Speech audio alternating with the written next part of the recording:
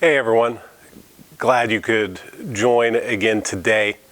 This week I have been talking about idols in our lives. Day number one talked about how idols really are those things in our life that come between us and God. Those things that we make more important than God in our lives. Yesterday I talked about how when we put our trust in these things other than God, that eventually they're going to let us down. That everything else in the world other than God at some point, in some way, is going to disappoint us. Today, I want you to see that idols in our lives don't just disappoint us, but they actually enslave us. In Psalm chapter 115, the psalmist in that chapter is talking about idols and idol worship, and this is what the psalmist writes in verse 8.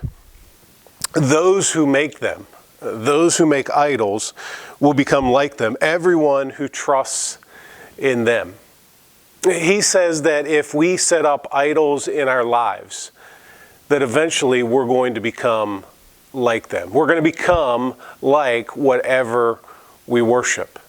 If money is your idol, you're going to become materialistic. If pleasure is your idol, you're going to become hedonistic.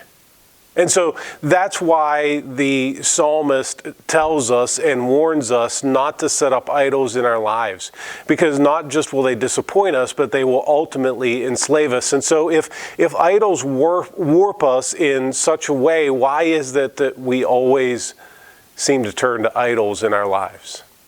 And I think it's a control issue.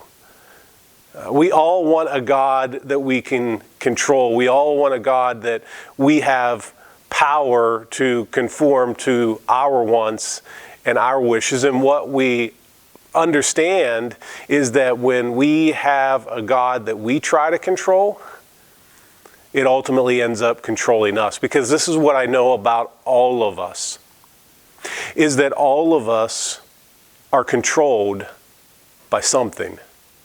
Some of you are controlled by your emotions.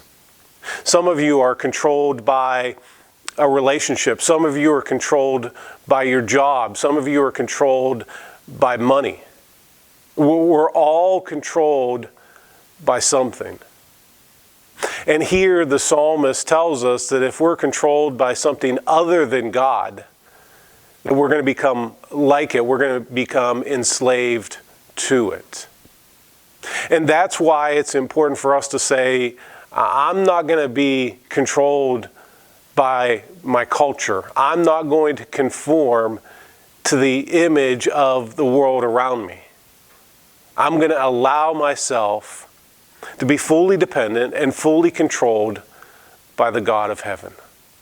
So let me ask you today, as you think about this idea of idol worship in your life, today examine your life and ask yourself the honest question: what is controlling me?